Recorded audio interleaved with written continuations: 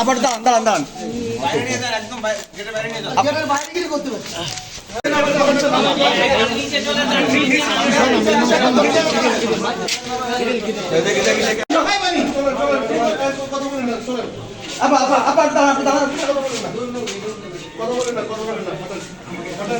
দুর্নীতি দমন কমিশন সমন্বিত জেলা কার্যালয় যশোর। আজকে মোহাম্মদ নুর নবী নামের এক ব্যক্তি আমাদের অফিসে এসে একটা অভিযোগ দাখিল করে এবং অভিযোগের বিষয়বস্তু ছিল যে তার ওয়াইফ বেশ কিছুদিন আগে মারা যায়। তার ওয়াইফের হচ্ছে যে বেতন সমতাকরণ এবং পেনশন কেসটা জেলা প্রাথমিক শিক্ষা অফিসার যশোরে এরা আটকে রাখা হয়।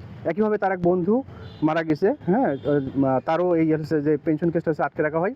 এই ব্যাপারে উনি হচ্ছে জেলা প্রাথমিক শিক্ষা অফিসার জনাব মোহাম্মদ আশরাফুল আলমের সঙ্গে একাধিকবার যোগাযোগ করেছেন, এবং এর আগে উনি যেটা বলেছেন যে উনি এর আগে বেশ কয়েকবার ওনাকে ঘুষ দিয়েছেন। তারপরে উনি বলেছে যে আমাদেরকে আরও টাকা দিতে হবে। এইভাবে সর্বশেষে তার সাথে দফারফা হয় যে তাকে আরও 1,20,000 টাকা দিতে হবে। এখন এই মোহাম্মদ নুর নবী এই টাকা খুব কষ্ট করে গুছিয়ে এই অন্যায়ের বিরুদ্ধে প্রতিবাদের করার জন্য উনি আমাদের দুদক অফিসে আজকে যোগাযোগ করেছে এবং আমরা দুর্নীতি দমন কমিশন প্রধান কার্যালয় থেকে আমরা অনুমোদন নিয়ে আমরা হচ্ছে যে আজকে একটা ট্র্যাপ কেস করি। ট্র্যাপ কেস বলতে আমরা ট্র্যাপ পরিচালনা করি।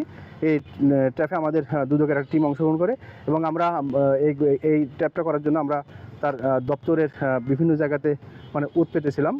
তারপরে যখন হচ্ছে যে এই অভিযোগকারী নুর নবী 1,20,000 টাকা নিয়ে গিয়ে জনাব মোহাম্মদ আশরাফুল আলমের জেলা প্রাথমিক শিক্ষক যশোরের কাছে উনি দেন এবং এইটা হচ্ছে যে উনি নিয়ে ওনার ড্রয়ারে রেখে দেন। সঙ্গে সঙ্গে আমাদের টিম গিয়ে হাতে নাতে তাকে এই টাকা সহ গ্রেপ্তার করে আমরা অলরেডি মামলা দায়ের করেছি এবং এখন আমরা তাকে আইন অনুসারে এখন আমরা তাকে থানায় সোপর্দ করব। ধন্যবাদ। খুলনার একজন আশরাফুল আলম স্যার আমার কাছে 1 লক্ষ টাকা ঘুষ দাবি করে।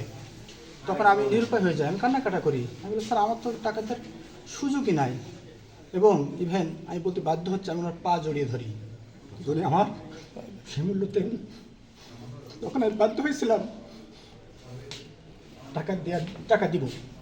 এরপরে এখানে আসলেন, এর আগে ওইদুল আলম স্যার ছিলেন, উনি নভেম্বর মাসের 2 তারিখে যশোরে আসছিলেন। ওই দিন আমিও এখানে চলে আসি, স্যারের কাছে টাকা দেবো বলে আসি। তখন স্যার বললেন, এখানে আসার পরে ওনারা দুজন ভিতরে আমাকে ভিতরে ডাকলেন। তো বললেন যে ওইদুল আলম স্যার বললেন, এখন উনি খুলনা ডিপিও, এখানে ডিপিও ছিলেন। তো বললো টাকা ছাড়া ওর কোনো কাজ করবো না। আমি এর আগে ওইদুল আলম স্যারকে একবার 1 লাখ টাকা দিয়ে আমার একটা কাজ করাইছিলাম। তাহলে সেই লোকটা ওনাদের কাজ করছে, দেখে তো একটু ভয় দিলে একটু কিছু করলে টাকা পাওয়া যাবে। তখন আমি হয়ে ওই স্যারের উপস্থিতিতেই আমি 50,000 টাকা দিলাম। আজকে কি হয়েছে? আজকে কি হলো?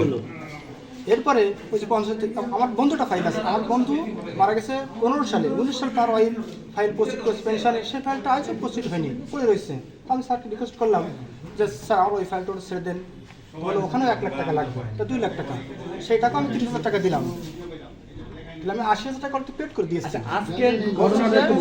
আপনাকে আরও যে 1,20,000 টাকা বাকি আছে সেটা দিতে হবে, কিন্তু আমার তো সমর্থ নাই। আমি বাধ্য হয়ে সেই 1,20,000 টাকা জোগাড় করে আমি আইন কর্তৃপক্ষের কাছে আমি শরণাপন্ন হয়েছি এবং আজকের পরিস্থিতি এই পর্যন্ত। এবং আজকে টাকা দেওয়ার কথা ছিল, আমি সেই টাকা স্যারকে দিয়েছিলাম 1,20,000 টাকা।